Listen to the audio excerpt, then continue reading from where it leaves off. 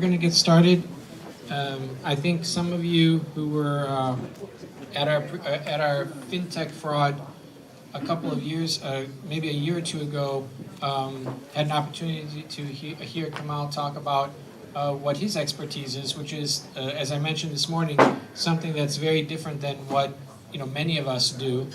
And when we were planning this conference and we were talking about innovation, it just was like, wow, okay, well, there's like, my thought was, well, what are the areas that I know nothing really about? That because they're like, by the time I read something, it seems like whatever I read is already like the old news. And how do we pick up on that?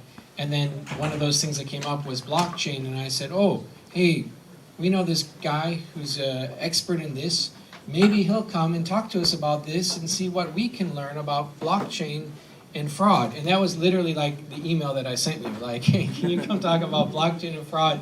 I'm sure there's something that you can share with us that we don't know yet that will be innovative. So, join me in welcoming Kamal Hubbard for this next session. Hey, can you guys hear me in the back there? All right, great. All right, just want to take this time to thank Steve again for inviting me back.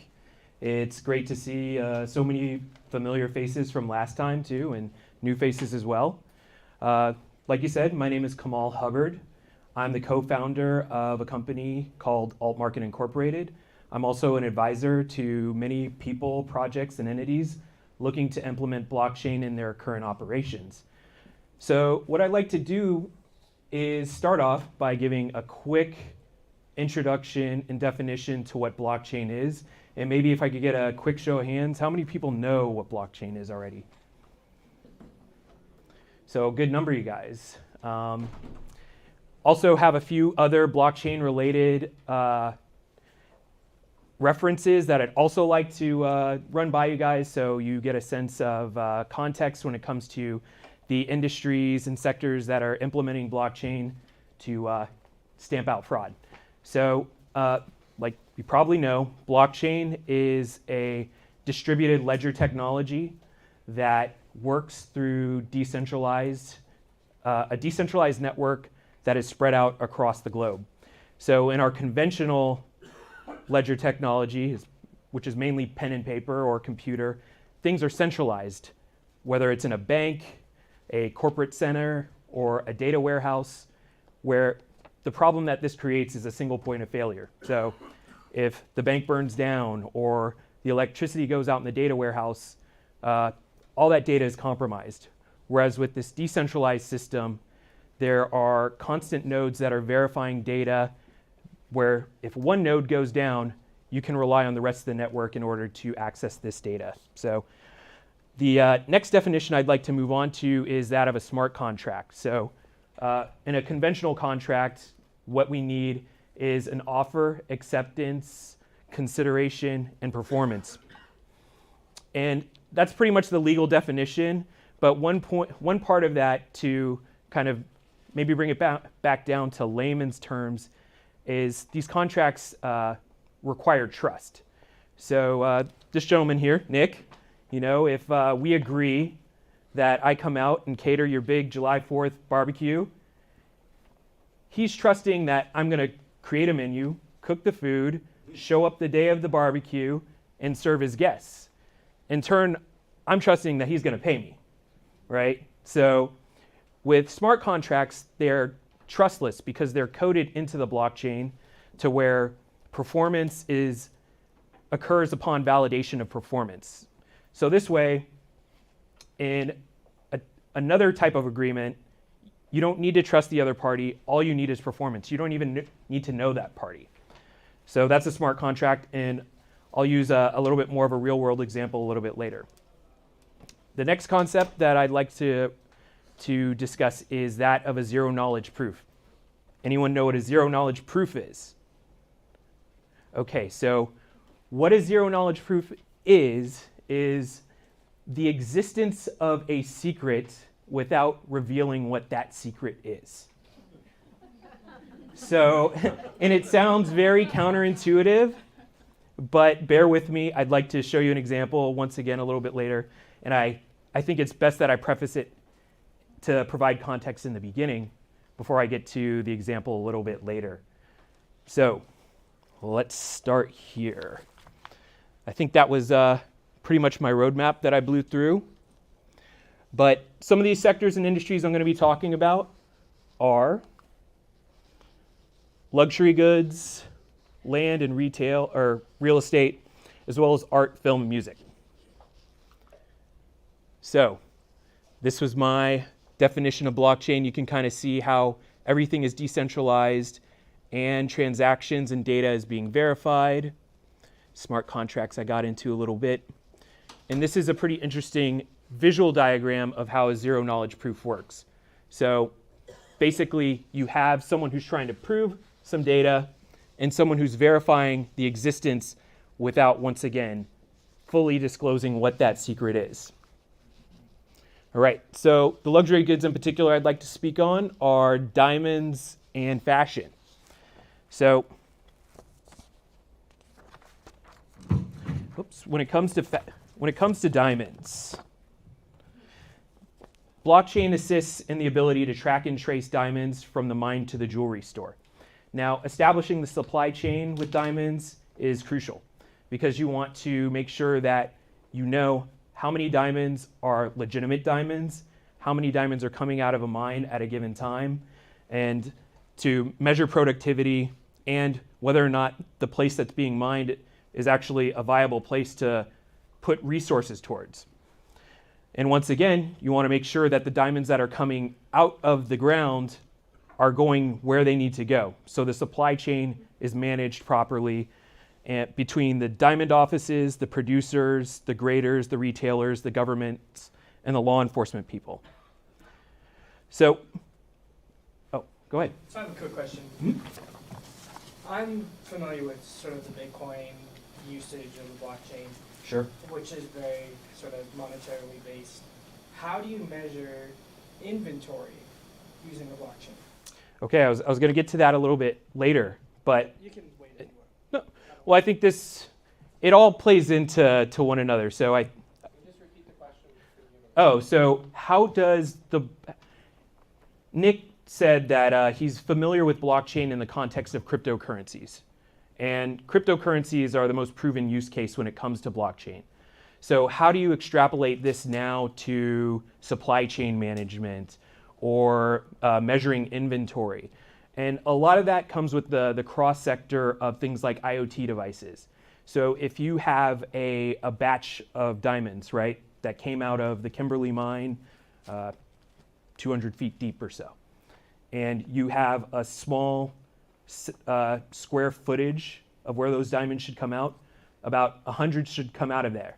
You put it in a case, and there's an RFID chip that's in that box of 100 diamonds, and when it gets to its destination, let's just say Belgium, and there's 98 diamonds, right? Someone knows that there's been some degree of, this box has been tampered with somewhere along the way, correct? So that's how you can manage supply chain.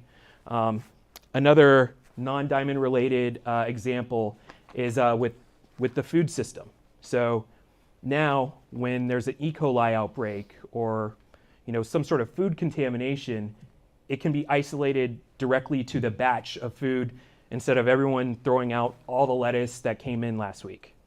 So that's one way. Essentially, I guess another way of looking at it is just like Bitcoin is a token and other cryptocurrencies are tokens and they're essentially digital, you're creating a tangible token out of these RFID chips that are then managed by other IoT devices to track the location around the globe, essentially. Thanks for the question. All right, so I think we discussed how this can eliminate fraud. One thing also is it minimizes the introduction of conflict diamonds into the supply chain as well. So there was one projection that about 15% of this, 15% of the diamond market is comprised of conflict diamonds, which we know goes to fuel wars and various countries and sometimes child soldiers and horrible atrocities. So we want to make sure that we get legitimate diamonds, and those are going to proper markets. And the other good thing about diamonds on the blockchain too is each individual diamond, once it's cut, there's always someone who's looking at a laser inscription that measures the cut quality of that diamond. Now with that laser inscription, you can essentially create a fingerprint for that diamond, which will mitigate the sort of the fraud and insurance fraud that takes place. So theft as well as insurance fraud. And when it comes to insurance fraud, there's a projection that insurance fraud when it comes to stolen diamonds exceeds at least $2.5 billion every year. So there's a lot of stolen diamonds. Anyone see Ocean's 8? It's pretty entertaining, right? So what will happen with large stones is jewel thieves will steal them, and then they will cut them down to smaller stones and then resell them on the market. So obviously, if you have a diamond that has this fingerprint on it, once you've essentially cut it into smaller pieces, it's no longer going to have that fingerprint. It may have a remnant of the fingerprint, which will allow it to be traced as a stolen gem. So that's the great thing that they're doing in the diamond market right now. Now, moving to fashion and apparel. Really like these shoes. These came out of Steve's closet right here. They also have diamonds in them too. So what color are they though? I'm just kidding, but I really like this lovely pair of shoes. And so once again, with apparel, you can do the same thing. So when a pair of very expensive shoes goes on a truck and it needs to go to, let's just say, Providence, Rhode Island, that particular pair of shoes is chipped so that, if it happens to fall off somewhere along the way, it can hopefully be discovered by things like RFID as well as near-field communication. And what is near-field communication? So it's similar to RFID, but it's the same technology that's used in your phone as well as some credit cards. So you know how you don't have to swipe certain cards, you can just put it up to the point of sale? That's near-field communication. Same thing with Apple Pay, Samsung Pay, where you can just pay with your phone. It utilizes that technology. And I'll get back to near-field communication in just a moment as well. And once again, since the product information is on the blockchain and you try to substitute one of those goods and try and pass it as authentic, it'll come up as a counterfeit and clearly and quickly be flagged and tossed out. A quick question. Sure thing. One thing I don't understand about something like a product, if you have to have a tag on it, can't those tags be removed and put on something else, a counterfeit pair of those shoes? Or how's that? I guess I'm missing because anything you steal, no matter how you mark it, if there's a way to unmark it. Right. And I think right now that's the challenge between tangible physical items and digital items. So, the great thing, the reason why blockchain works so well with cryptocurrencies and other digital information is it's there, it's digital, it's non-tangible. But you're right, when you get to something like this, it's a matter of putting that transponder somewhere where in order to tamper with it, it would basically lose its value. It's like chipping your dog, kind of, but a little bit. Yeah, kind of, sort of. But, if you had to take that chip out of your dog would die, right? Yeah. So you're essentially tracking the customer's location too, so they have to sign any sort of consent or from that aspect? Well, so that's another thing too. Now, if you own it, this is one way where zero knowledge proofs can come in. And so I was going to use this in the actual next example. So,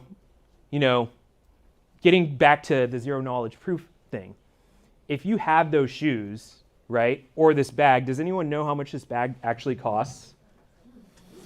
What is it? 30 bucks. No. I'll take it. It's actually a $2 million handbag. It's a $2 million Hermes handbag. I didn't know that. But if you have a $2 million handbag, do you want everyone knowing that you have it? That's where zero knowledge proofs come in.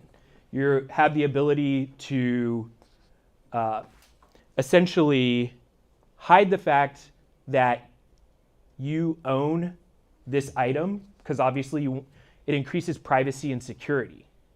So you can use zero knowledge proofs. However, then if someone comes to you and says, hey, I want to buy this bag, you have a key, a cryptographic key that's going to allow them to verify the fact that you actually own that. So it has the ability to obscure the fact that you do own it, but you still have the ability to prove that you own it and that it is authentic. And I mean, this is also good for law enforcement too. So let's just say, you know, I sell this bag to you and, or well, you know, your wife, your girlfriend, your significant other may want it, right? So, you know, that's something that would be a huge IRS issue, possibly. Or if another law enforcement agency said, hey, you're under investigation for a stolen Hermes bag, you can also provide them with a key that would show that you, in fact, authentically own this item. So that's how zero knowledge proofs work. And now getting back to how smart contracts work in fashion and apparel, items and goods are being sourced from all over the world. And they're made in different countries, then they're distributed to other countries, then they're ultimately wholesaled and resaled in other countries.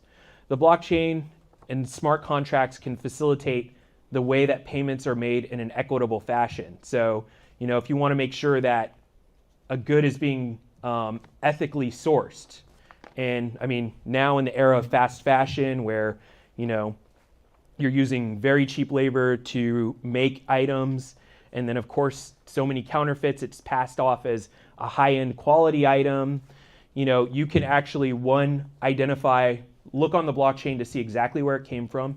If it came from organically and ethically sourced goods from a place where fair trade is used, you can find all that data on the blockchain, and then smart contracts can facilitate equitable payment to all parties involved once it is bought and sold along the supply chain as well.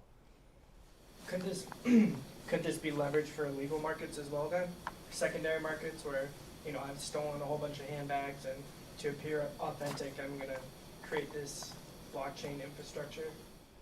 Well, so you're saying using smart contracts in the secondary market to pass off counterfeits. Yeah, exactly.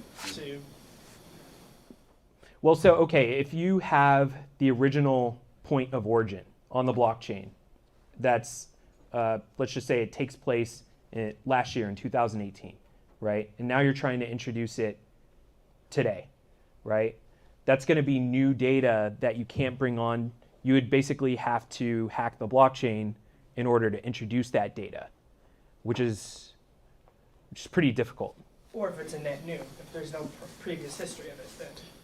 Right. So if that's the case, then you would be highly scrutinized as a retailer. And the people who are looking to buy it would want to at least do some due diligence and vetting. So is it possible? I think, yeah, it's possible. But there's always going to be secondary markets for items like this, for vintage clothing and goods, as well as, you know, diamonds that people pass down through their family and then ultimately want or need to sell it. And blockchain is going to be good at, once again, making sure that these are authentic items. Now I wanted to move on to land and real estate. So I don't know, I think this all makes sense across all these sectors and industries, but once again, why do we need land and land documents on the blockchain? It's because in many countries, you know, they're real estate records office looks like my office. Just kidding. It's a little bit cleaner than that. But I don't know. That's funny. But, so when offices and land records are in disarray like this, and as well as corruption gets introduced into the mix, land comes under dispute. So let's just say I want to buy a parcel of land in a foreign country, and I go there. 1 year later, I come back and somebody else is starting, a cat herding farm. And I say, hey, this is my land. Here's my deed. And they show me a paper that looks exactly like it that happened 2 weeks after I purchased it. So now putting these records on the blockchain will essentially mitigate and pretty much eliminate these sort of arguments in land disputes. What this also does is it creates more value of the land too, and the people who own land in these foreign countries to begin to develop on it, borrow against it, and subdivide and sell it if they need to. How do you get the foreign countries to get on board and start doing that? Yeah, that's a good question, and that is a process. So there are currently a few blockchain projects that are working with governments. I mean, in essentially a public-private partnership to say, hey, let's get a pilot program going where we put drones in the air to survey certain parcels of land. We'll record the surveying data that's done by the drone, put it on the blockchain, and then put that parcel up for sale and see how it does. And obviously, you need the buy-in of the government to do something like that. And then the government needs to establish their own administration on their side to support it. And of course, on the private side, you have to have the technology that's going to support someone in a foreign country that is going to want to either buy this land on the blockchain and have that sort of confidence in the system. So that's happening. It's happening certainly in different countries, but a little bit closer to home, it's actually happening here in California. California serves as a test market for decentralized real estate listings. Any of you guys hear about this project? No. Okay, well, it's actually happening where real estate listings are taking place on a decentralized application, and this is a way to cut down on certain costs. But once again, all the people that you have to get involved are the buyers, the brokers, the title agents, the notaries, everyone who's involved in a complex real estate transaction to want to buy into something like this. And the thing that this particular test program is measuring is data such as title information, deed information, and the identity of buyers and sellers. Who started the test in California? It is a project called Proppy. Funny name, Proppy. But yeah, check it out. It's a pretty interesting project. So they're here in California, and they're obviously looking to expand throughout the country. All right, so getting to one of my favorites, art. So anyone who is an art enthusiast knows that art faces a tremendous amount of problems. One of the things is, just like you said, if you have a tangible piece of art and you want to put it on the blockchain, how do you make sure that that piece of art is not being forged? So once again, the use of RFID, near-field communications, near-field communication, and other technologies are going to help to essentially create hardware tokens that can be placed in or around a piece of art to prove its authenticity. Other issues clearly deal with copyright and intellectual property related issues when it comes to art. And due to the current art markets, the lack of liquidity that takes place in art. Because how many people would like to own a Picasso or a Dali or a Banksy or a Basquiat or something, you know, sure. I'd sell it. Yeah. I mean, that's why a lot of people buy art, is to ultimately sell it. So the good thing that blockchain does is it establishes the idea of provenance. And what provenance is the idea that you can prove that a piece of work is authentic.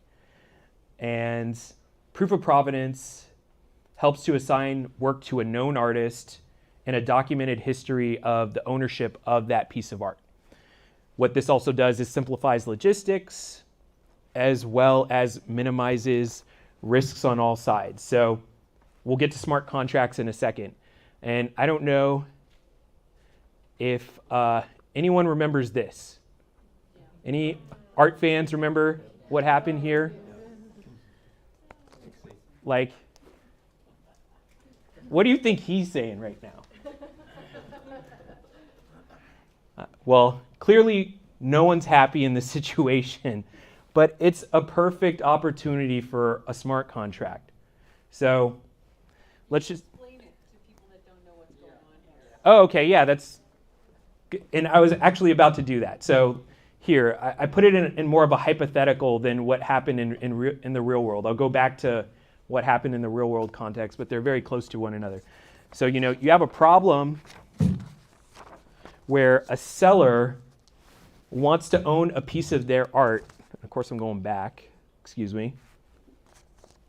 Seller wants to auction a piece of his art to an auction house. He places it in the custody of that auction house to be sold. On the day of the auction, the piece of art is trending at an all-time high of $1.5 million. Now, right when the auctioneer going once, going twice, and gets ready to drop the gavel, the piece of art begins to self-destruct. Gavel drops, the piece of art is sold. In this sort of situation, you know, who pays? That's really the real question. Who pays for this? Who owns it? I mean, so in this actual picture, this was a Banksy, and I believe it's the girl with the balloon, girl with the red balloon. I don't know if that's the right title, but Banksy is a renowned street artist. He had this picture for auction, and at the time, right after it sold, there was a shredder that was embedded in the frame that began shredding the actual piece of art. So yeah, you can just tell the look of horror on people's faces. I mean, it was a great publicity stunt. But whoever bought that is obviously very, very upset, yeah. No one knew it was going to happen Yeah, and at all. nobody knew. There was no financial transactions done until that happens, I guess, in our style. Right. And I'm thinking, you know, if you put something like that in custody, that valuable, then there has to be some sort of stipulation on what happens. But this is obviously an off-the-wall situation. But thank you caught me there. But yeah, so in this sort of situation, if you have a smart contract, before the actual piece of art goes into custody with the art dealer, you can have a smart contract that's coded to where the actual art dealer's commission, before the sale takes place, that commission goes to an insurance company in the form of a premium. So before it's sold, if something is to happen and this work of art is destroyed, then insurance kicks in and the auction house doesn't get a commission. And obviously, if it is a sale and there is no destruction of property, in most cases, then the auction house gets their commission, and obviously the buyer gets their piece of art, and the seller gets their money. So yeah, this is a great way, a great example that underscores the need for smart contracts. It outlines the responsibilities on all sides, who's liable, who pays, and limits liability. Yes. Well, couldn't an ordinary contract do that as well? What's unique about the smart contract in this particular scenario? Well, so for smart contracts, and I'm getting to it. Now, when we're talking about an auction house, that's a conventional centralized exchange or centralized market. You have to go to Christie's, Sotheby's, or one of the other ones in order to facilitate the actual auction. Now, in a decentralized situation, you don't have that. You basically, once again, have a trustless system where the seller says, hey, I'm putting this work up and I just need somebody to pay me, right? And if that performance isn't made, then there's no sale. But if there's a certain escrow period that needs to take place where something like this can arise, then those stipulations can be negotiated through the smart contract. But I want to talk a little bit more about decentralized markets because it's a little bit harder to understand in a more tangible, when it comes to tangible art. Now, with digital art, how many times have you looked at, something on, Instagram, or you're looking for a digital photo to put into your presentation, and you really wish that you could give this artist or this photographer credit, but you're unable to. And then there's just people who just, obviously want to just take it and use it for their purposes. So now digital artists, what they can do with blockchain is upload their work onto the blockchain and either license it to people who want to use it in in limited contexts for business, or they can create limited edition prints that they sell to people. So let's just say that work on the in there, for example, there's only 10 prints that are going to be sold by that digital artist. You have the highest resolution. You have the ability to, once again, use, keep, buy, and sell that digital work however you'd like because you've been authorized by the artist to do so. Now, in this sort of situation, once again, you don't need a centralized authority to say, hey, this is an authentic piece of work because it went on the blockchain at a certain time that would establish its authenticity and provenance. And what decentralized markets also allow for is in certain cases where small investors want to invest in a piece of digital art, they're able to do so, therefore creating liquidity in the market and reducing market manipulation. So a lot of things with high value art, one of the detractors of it is that the market for certain artworks are being inflated. Now with this, it's a little bit more democratized because you don't have a series of intermediaries who are going to take a fee, as well as an auction house that puts on their commission fees on top of all the people in the middle who broker a large deal for art. Right. So moving right along to video and film. I mean, a lot of these same concepts just translate across these various industries. So with video and film, content creators are able to secure their IP as well as live stream. So how many times have there been events that are on pay-per-view and there's people who are pirating them?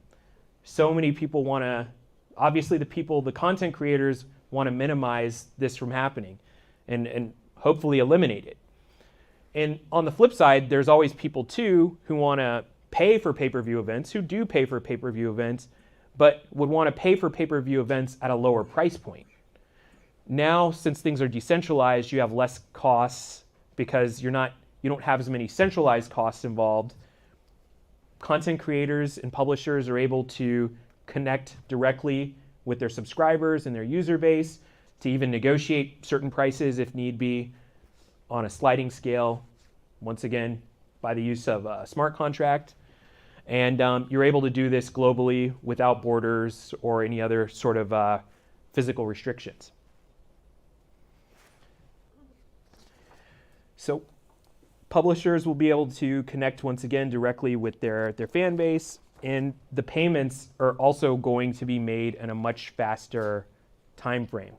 It can be made almost contemporaneously with the consumption of the content. The other thing that decentralization of media allows for is a few I guess months back, YouTube changed its monetization policy, as well as the certain content that it restricts, which obviously some people feel is arbitrary. Some people also call it censorship. So having a decentralized media content distribution system can take away things like so-called censorship, because a lot of the time that's a little bit subjective, as well as make sure that payments and fees are fair across the board for everyone. All right. So music. Once again, a lot of the concepts that go together with art and film translate very easily with music. And early on with blockchain and alternative currencies coming out, a number of music blockchains popped up. And this was around the time of 2016, where Taylor Swift and a number of other musicians had major frustrations with digital streaming companies, mainly in the fact that they weren't getting paid for their streams. So it just made natural sense that blockchain could come in and disrupt these markets when it came to music, to make sure that artists got paid accordingly, and essentially move away from the centralized model of the music business, which has had problems for years when it comes to licensing and mechanical rights and other rights and royalties. Some artists wait months to get paid, and when they do get paid, they're getting paid pennies on the dollar. So blockchain just seemed like, once again, a natural fit to solve this issue. And that's when I got involved with a project called the Tau Music blockchain. Now, once again, Tau was a blockchain that faced and tackled all these issues, making sure that everyone down to the actual sound engineer could get credit for a song. And so when a song is sold digitally, not only the singer-songwriter, the producer, the composer, even the sound engineer could get paid for contributing to the actual recording of a song. And what we started to see is obviously a lot of other projects doing a lot of the same. Then in 2017, the Music Modernization Act started to move its way through Congress, and we started to think, okay, artists are getting paid very little. Now, the actual laws around digital music streaming is essentially up in the air. We don't know if the Music Modernization Act is going to get passed. You're dealing with a set of laws that go back to the 1920s, and I believe there's only one jurisdiction to where music rights can be litigated, which I believe is the Southern District of New York. So there's a number of issues here. And whether we have a music blockchain and we feel like going in this direction is the right thing to do, we don't know if it's going to change in a month, in a year, or what have you. So we started to think long and hard in terms of what could be a solid foundation that we can continue to use this technology for, that's firmly rooted in a legal foundation, so that we can maintain compliance with what we're doing in the space. And then along came Kanye. Does anybody know about this case, the Kanye West case? Okay, so of the... Trying to create his own Bitcoin, or... That's not quite. And it makes sense that he would try to create his own cryptocurrency. It kind of goes along with, his, I don't know, some would say ego, but, the way he feels about himself, he would maybe want his own currency. But in fact, I was trying to stay away from that specific term, but that's fine. So it was actually a group of developers that said, hey, they're big Kanye West fans, so they wanted to have Kanye West, and they started to raise money in order to fund this project. What Kanye actually did, I have no idea. I forget. But obviously, when Kanye West found out about it, he wasn't too happy. So he went after the developers and sued them, once again, in the Southern District of New York. And like most cryptocurrency developers at that time, they were pretty much just operating out of their basement. And so you have Kanye West along with his media machine behind him coming after you to sue you. These guys tried to do what they could to put up a good fight, but ultimately they lost in a default judgment. They really just couldn't pay to fight the case, as well as they didn't really have a good legal leg to stand on. So this was established precedent that artists can use their name and likeness in order to have officially branded merchandise. So as long as you have the okay of an artist to essentially license their brand to you and not do it behind their back, then this is something that we thought would be a legitimate pivot in the market that no one else was actually doing. So now if you think about it, what do you actually have when an artist says, hey, I want to create an officially branded coin in my likeness? There's a number of possibilities.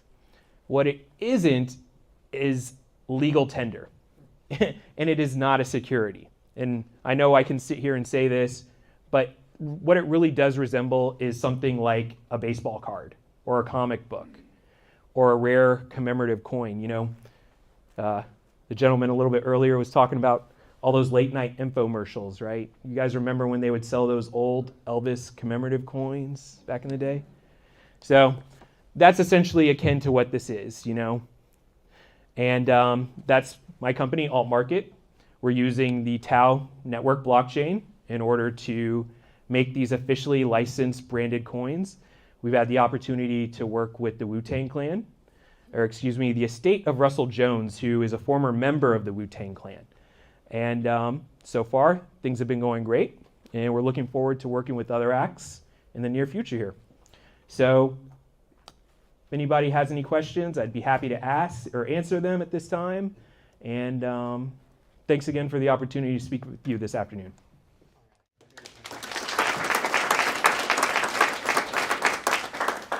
Appreciate that. Again, wow. One thing you didn't talk about was wine. I thought you were going to go into that. I remembered that from last time. Yeah. But we were in this room when we had the wine fraud expert tell us about wine fraud, and I thought, that's easy, just put it in the bottle, or they have something floating in the wine. I don't know. That would be kind of gross, that's very interesting. Maybe how do you do that? Cork, yeah, I was thinking that too. Oh, you just take the cork out of the bottle, though, and put it in the bottle. That's the whole thing about the tag. What good is that if it's not like maybe permanent? They'd have to do all pieces of it: the bottle, the cork, right, foil, whatever. You could do the NFC and maybe the bottle and the glass somehow.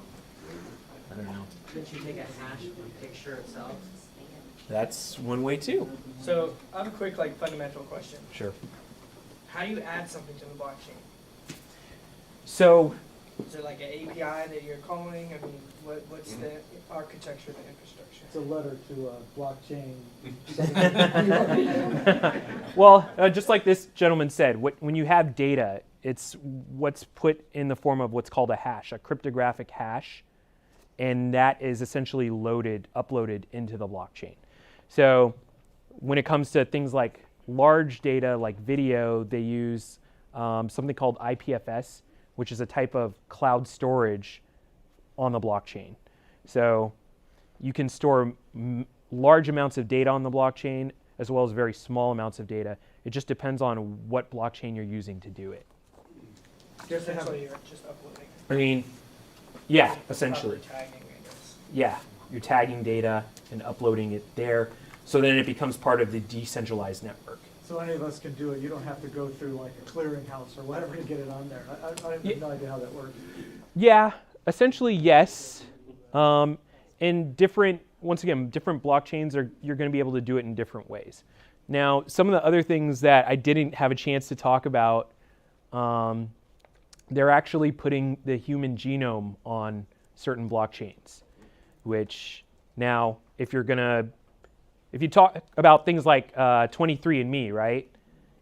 Now, a lot of people will go to 23andMe to find out, their family data or their family heritage, but at the same time, 23andMe is taking all that genetic, they'll tell you, who you are, where you come from, but they take all that genetic data and use it and sell it to other places. So you pay $36 for 23andMe. They are typically selling that data for around in excess of thousands of dollars.